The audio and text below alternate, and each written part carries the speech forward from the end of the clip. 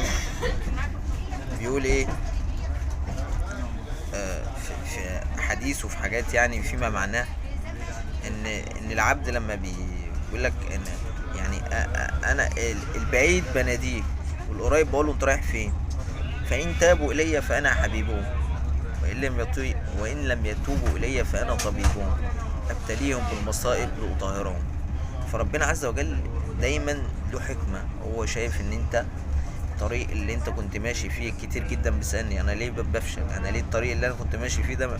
هو ربنا شايف انك لو كملت في الطريق ده هيبقى فيه هلاكك فبعده عنك. هو ربنا شايف ليك الصح، انت ما تقولش ليه، اوعى تقول ليه، هو ربنا شايف ان ده الصح ليك.